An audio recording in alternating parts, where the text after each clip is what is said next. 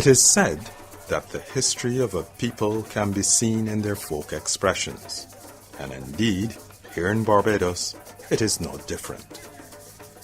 Barbadian writer Kamau Brathwaite tells us that the root of Barbados's African heritage is found mainly in our indigenous folk traditions, such as the folk songs, tuck band, stick licking, and the landship.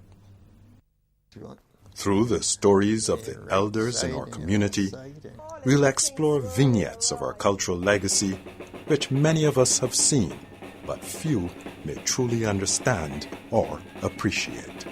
Throughout Africa, performance was a part of the society's social fabric. It accompanied birth, initiation, marriage, and death, thereby marking all stages of human development. Very often, performances told stories about a particular village and were very much the social commentary of the time, predating the calypso format that we know today. Folklore researcher Peggy McGreary was born and raised in Speightstown, St. Peter. She recalls some of the leisure experiences surrounding village life. Several of those songs were put together by 3 or 4 different persons. And sometimes you also found a different version of the song. Like, for example, there's a song, a game, Roro Nanny. And you know, my mother used to play that with us. She taught me the Roro Nanny, roll bank and go. And you did it with stones. It's a rhythm game. And if you did not move those stones with the rhythm, very often your fingers would get caught between the stone and the pavement, or the stone and wherever else you were playing on. So we did this Roro Nanny. But then when I got Oystains, there was a Oystains version of the song. Roro Nanny, rowing Oystains down. Roro Nanny, rowing Oystains down. Life is Timbletop, half a drop, I gonna knock your petition down. Life is Timbletop, half a drop, I gonna knock your petition down. And I thought, well, this is so different from the one in Speightstown. Because the one in Speightstown now was a more rural thing. Roro Nanny, tell me what you gonna do. Tell me what you gonna do. Oh, my nanny, tell me what you gonna do for supper. Tell me what you gonna do for supper. Tell me what you gonna do for supper. Roast yam and butter. Completely different concept. And it left you to wonder why the one in Oystains dealt with the brevity of life. And I thought maybe because these people were fisher folk and they knew, you know, life is Timbletop. You know, Mr. Timble that you wore on your finger. Timbletop. It wasn't much. Timbletop, half a drop. I can knock your petition down. And I wondered, where is this thing about petition? Because there was another song that had something in it about a petition coming down. I don't remember the song, but there was something else. And I wondered about all of that. And you know, there's still questions because you never know how people put songs together, what was the rationale behind them, and in many cases, they had some hidden meanings. And they didn't want to say things that sometimes children would understand. Or, you know, they hid things. And it made you really, really think about what the real meaning of that song was about. Instrumental music, solo and choral singing and dancing were central to the social and cultural life on the plantation. Roving musicians and strolling minstrels playing artisanal homemade instruments were popular in the rural and urban districts. Scrubbers emerged out of these small roving bands in the early 20th century.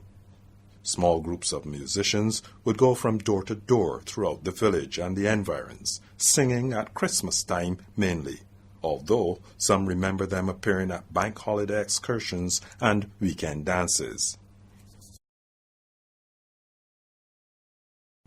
Educator Louis Lynch described scrubbers as peripatetic poets, ambulatory artists, who gave profusely of their unpremeditated art. This tradition reinvented itself in the 20th century, when the laws that governed movement in the streets were less restrictive. Even if there was only a box guitar and shaker, or no musical instrument except the voice, many can testify to the beautiful harmonies of Barbadian singers on street corners and walking from village to village. Calypsonian and extempo master Oliver Lord Radio Broom, who also lived in the northern port city of Speightstown, recalls his days as a scrubber. We used to go in the Edmonton and over a flask bottle of rum or a nip bottle of rum, we would sing. Your only payment would have been if somebody opened a tin of corned beef or something like that, you know. But a crowd could easily walk behind you. I know for sure this extempo thing that I've picked up on, there was a small group that used to come at my aunt's shop. That was in Thomas Gap at the time. She had a shop in Richmond Gap. She moved to Thomas Gap. And every night these guys would come and sit on the shop step and sing. And I tell you about singing sweet, Addo. We would walk sometimes down to Nelson Street and walk back. No instrument. You have a guy called Shama doing bass. So when you hear the band start, the group start up, you'd hear Muma Muma Boom. Right. Boom boom. And the other and no guitar, but we sang like that, and we was able to attract a crowd. Desmond Weeks of the Draytons too, one of the exponents of spooge, an indigenous style of music in Barbados, had similar memories of the strolling minstrels or scrubbers in the urban landscape. The singing started with me at school. Again, or should I say on the street corner of Carrington Village. Now, in Carrington Village there, the 2nd Avenue, Nurseland, Tweedside Road, we used to gather at the corner, which some people would call the block now. Right. But we used to call it the street corner. It wasn't the block at that time, but it's relatively, it's same thing as the block now. So what we would do is gather every night, day, night, whatever we did, we got in groups and we sang. The tea meeting is another example of a performance space that has the appearance of being Anglo-Saxon, which Barbadian working class people made their own. Drinking tea is considered an English social practice, although in Asia and West Africa it has been a ritual for centuries. Known traditionally as ataya, West African tea ceremonies were important social occasions where neighbors, villagers, and friends would gather to share news, camaraderie, gossip, discuss current affairs, and the like. Music, song, and eloquent oratory performances formed part of the continental tradition. In Barbados, tea meetings occurred on a Sunday evening and was a performance of song and oratory. The service of song shares many characteristics with the tea meeting, but started out with a religious motif and became more secular as the night proceeded. At both events, the Master of Ceremonies, or Chairman, hosted participants. He was known as a speechifier. Some might remember the character Brother Daddy from the Bajan Bus Stop series, who was based on the speechifier. Mr. Maycock! Here I am, sweet widow Scantleberry. Prosperous apologies. I was detained by a more demanding mistress, to wit, great Mother Nature herself. I received her call and felt obligated to respond to the nearest receptacle at hand. Ergo, I was musing your toilet. The speechifier prepared speeches, memorized famous quotations, lines in Latin, invented new words, parodied and retold ancient stories of great battles. He was a comedian, poet, and philosopher. The use of the speech act and the singing in groups were informed by the griot in West African storytelling tradition. Well, sir, the song was every Sunday afternoon. You will have a service song in the district, various districts. It's your choice to go. There's one in Kirton.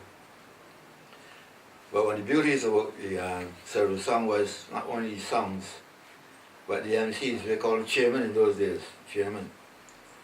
And there were 13 there were 13 chairmen, roughly in those days.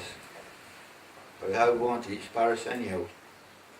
One was you would know the main fellow for each parish. And but I loved singing. So I used to sing in this choir from St. Lawrence. And in those days, each plantation used to carry a manager, a bookkeeper, a supervisor, and a watchman. So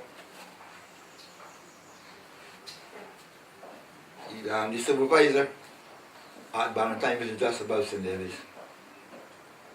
They decided to hold a service song. So this crowd came down, and the policy was, after each song the choir sing, the chairman is supposed to say something. My MC, the chairman, was a carpenter, as so as I am too, but he wasn't so hot.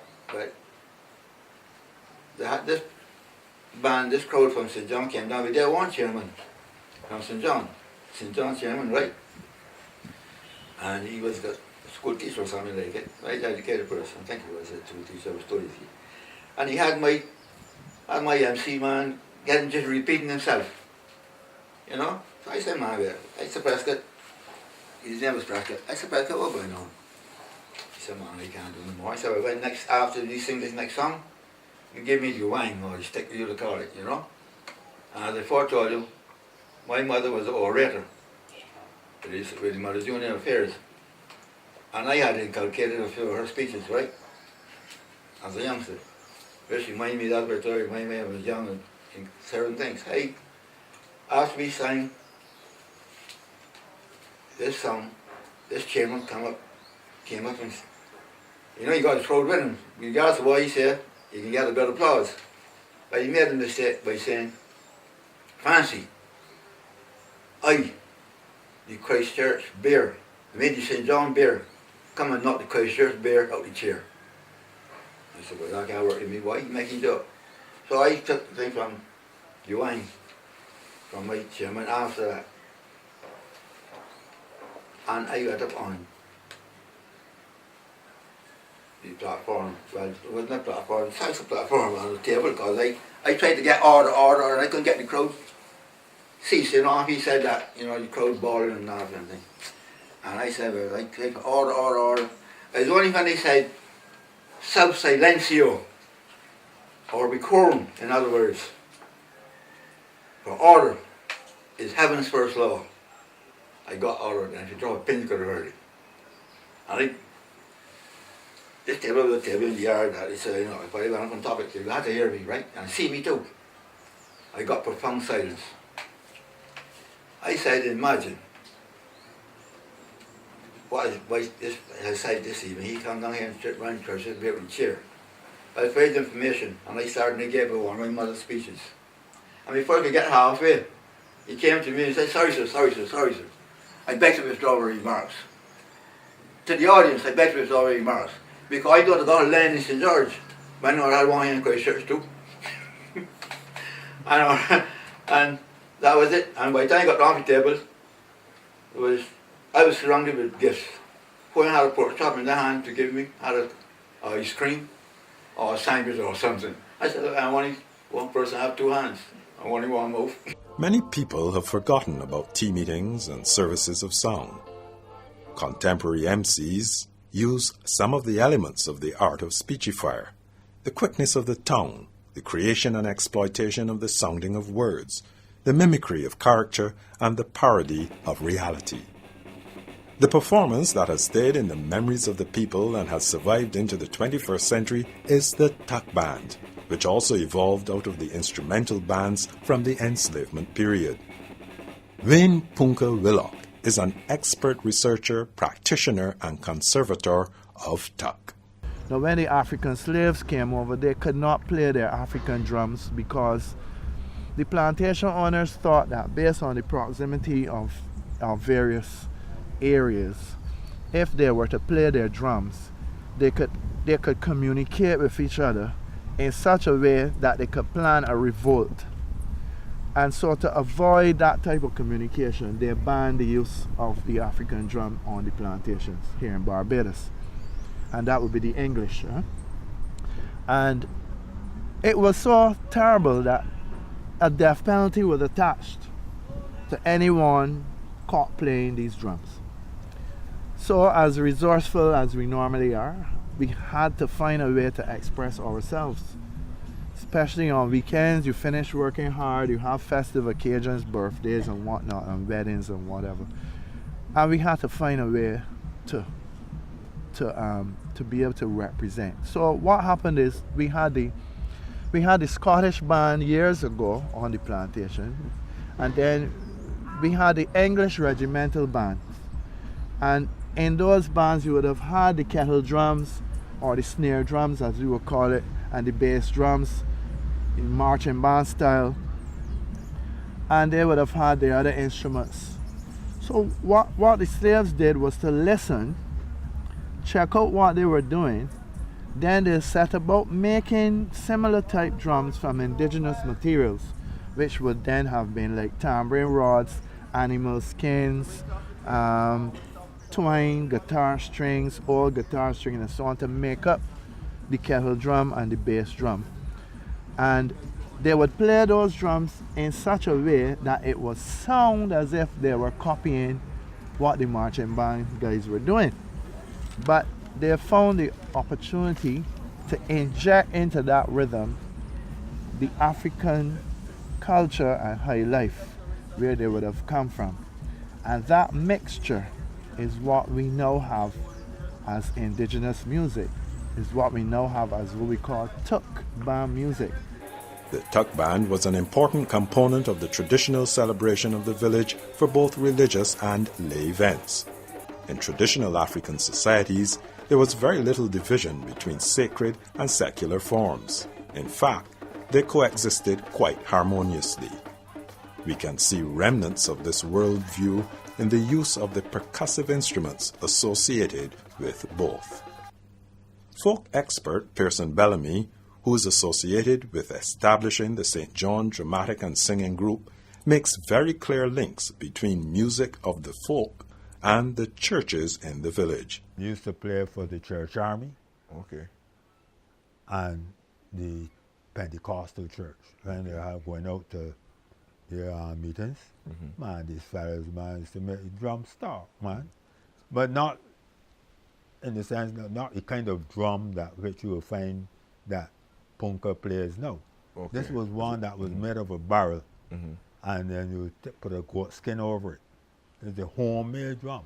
Okay. And they play that one, and they will get the blacksmith to make the arms to tighten it and whatnot. So, and you'll find those drums mostly, the two drums and the steel were mostly kept by the churches to liven up the service. Okay, okay. Well, were the bands in St. John as well, though? No, not only attached to church. No, not as far as I could recall. It's interesting that music was incorporated by the church. Yes, yeah. That was part of the worship. Okay. Yeah. This is in the Pentecostal church. Pentecostal church. You know, they always say they like the service with the quickening. Right. And I understand then that the quickening means that the music has to be lively. Yeah. And they will get in the spirit. The church was an important social and cultural institution which merged our African and British heritages in very different ways. In some cases, one experience was reinforced over the other, impacting remarkably on artists. Going to Sunday school in the Christian Mission Church, it was the first place that I saw Joseph Niles in Consolers. And it was awesome. And during those days, we would do recitations at Christmas time and Easter time and harvest time. Church put on programs and we would do recitations. And those were the days still very much steeped in colonialism, where, you know, you will salute before you say your poem or your recitation, and then when you finish your recitation, you salute again, and the girls would bow in courtesy. I remember at night when they got a revival night and the drums started to lick down. It's bacchanal in there. Is like the banjo that the same way can't listen. I was saying the banjo in there. And when I peek through, call me now as we looking through the doors, people falling in the power and getting into speaking in tongues, right? Fascinating to me, and a different energy which I then learn after that really and truly what that was. Those there Christian mission churches, I don't know if the right thing to call them, allowed the children of the slaves, which are us, to worship in the way how we accustomed worshiping. We were worshiping before we come across the path with noise and keeping drums called the tambourines and drums and I said people get. I never seen nobody get any spirit in a Christian in a church, an England church yet. But yet all these churches wrong. They had nothing and were all about 4, and you know and so all those things made me understand, you know, something. There's a natural energy and spirit within us that survive, that's still here. It went nowhere. It just went underground and then coming out to come out with his influence. We talk about the subculture, the underground culture of the Barbadians, and he related to the rivers, that the rivers of Barbados are not on top, the underground. So the culture of Africa and did not disappear. It's still there, but it's subterranean. For those who experience Tuk music, it is the heartbeat of the nation, the center of who we are as a people. It speaks to our characteristics as Bajans, where forms of protest and resistance are what Brathwaite calls submerged entities. I don't know if I feeling Tuk, and I'm saying feeling it, but I feel it Tuk and then everything, and it's coming back to what Bruce said, we attack people. We walk, talk, eat, and get on Tuk, right? You know, and just like how I have a love for the Bajan language, I got that same love for Tuk music because I see where the Tuk music come from. The Tuk music and these plantations, the content and Damscom that was informed as a youth, you know, the drums was banned. Africans, there were laws in place where African people in Barbados cannot even assemble in groups because they didn't want them to participate in that that social activity where the dance and the music would keep them fixed consciously to where they came from. So they're trying to break that. And with the drums band, they had an issue with them playing the British marching drum, which is the bass drum and the killer. So you know that ain't got no power, you know. But what our ancestors did was play the rhythms on the British military drums, and that is the Tuk. So when that I understand that Tuk up today is arguably probably my favorite music form up to today. The distinctive sound of the Tuk is identifiably Bajan for those who know our speech rhythms and the rhythm of our walk. In fact, for some, it is the essence of most Barbadians and a rich source to draw on in the creative process. On Saturday mornings, Bruce St. John used to come down and give us workshops. And he was I would say he's the first person that made me understand that dialect is another language. And that Bajans is what, this is his words, is walk and talk the same way. He's the first one that tell me, when you look at it, American is walk and talk their way. Bajans is walk and talk. And he's the first person that put it in perspective, right? And then we start then writing our rhythm poetry, understanding our dynamics of rhythm. So we weren't duplicating our reggae from Jamaica like the dub poets. We weren't doing the rap soul from Trinidad. What Ricky Paris and I would say Hinkson and these people inspired us and Timothy Canada was that we must listen to how the Bajans speak and then sort of write from that perspective. So then it made us connect more with the Tuk because we speak Tuk. And all people don't understand, we speak Tuk, you know, we speak a Tuk language. We gain down the road, dun, dun, dun, dun. So all these things that I relate with phrases, what happened, man? What happened, man? What happened, man? A A lot of business don't know that it isn't just speech. Talking at 4-4. You understand? You understand? So it's Bruce St. John that showed me. I think he was a master. If you're looking at any poets, Bruce was the master of Bajan language, man. And I learned so much from him. And therefore, my writing just swing. When I learned the voice then, when I read the voice by Kamau, where he said, when you study the sounds of and phrasing of the dialect, Bajan dialect, is really the African language that survived, influenced with the English that was written into us. So that's where you got the w, the f, the da there, and levy. I transgress a little bit. When I first went to Sierra Leone, right, I thought it was home. I thought I was dreaming because I hearing people saying levy. I said, man. So waking up somebody talking about levy and that, I thought it was home. They speak just like us, right? And the final, which made me laugh, and my man here laugh too. The big concert for the end of the war in Sierra Leone that they invited me back to perform. The title was The War Done Done. That was the big name, The War Done Done. And I grew up in Rock Hall. That's what we're saying. Things done done. Things done done. Right? You understand? So it was interesting that you know. So I saw dialect then as not a dialect, is what come out as national language, is the way how we speak. And the root of it is our African language. Memories of the Tuck Band and the characters accompanying them are treasured memory for many who lived in the early 20th century. Many might not know it, but the costumed folk figures such as the Shaggy Bear, Tiltman, Mother Sally, and Steel Donkey, whom we associate with the Tuck Band, have deep African roots. You know what I remember from that is more than the band was the Shaggy Bear. It's made from shag from out of the cane fields. And so it is a crocus bag, and then these shags were tied or sewed onto it, and it's long and loose, more or less like a kaftan. And then the head also, and sometimes a mask, because all of our characters used to wear a mask, which of course was more frightening to a child because you couldn't see the actual face of the person. And that person would jump and turn, but they made, you know, a sound was made by the costume, you know. But there's an art to making it, obviously. But it's exactly like a kaftan, but it's shag, and the underneath would be crocus bag, which again is from the cane fields. So he was a scary character, and I believe it's African in its tradition.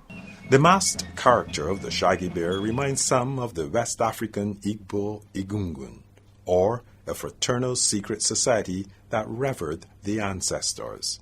As we start to think differently about the role that our indigenous art forms can play in the creative process, it also forces us to view with new eyes what those cultural forms actually are and could be.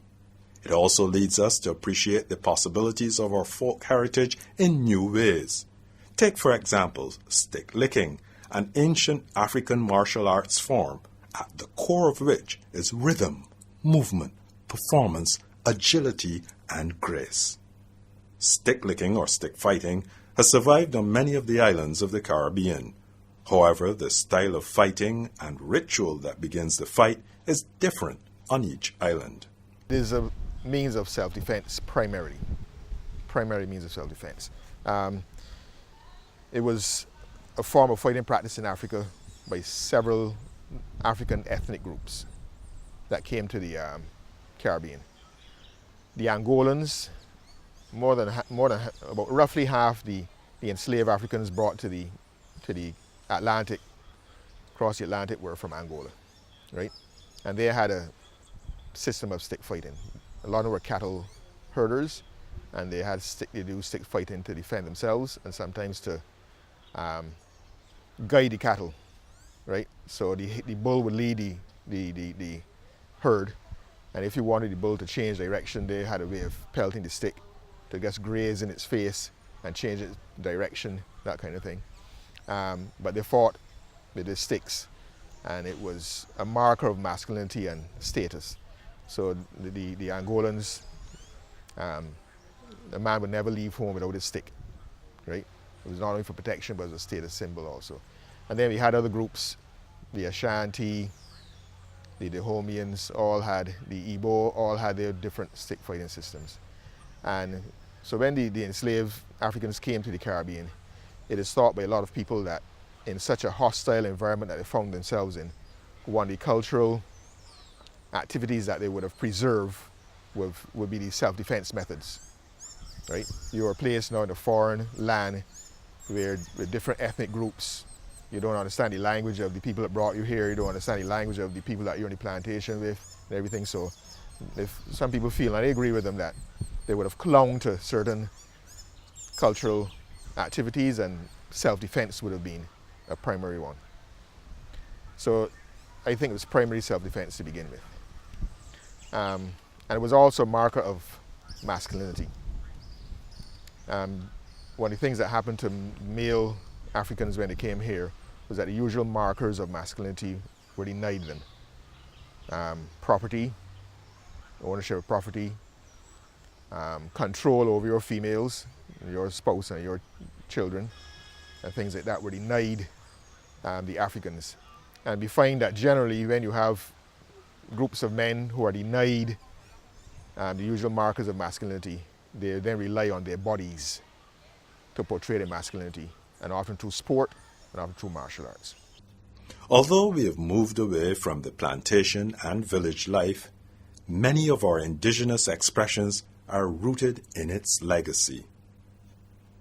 As resources are spent developing the cultural industries, one should be ever mindful of the peculiarities of Barbadian experiences and develop ways of making the past relevant while a source of creativity and connection.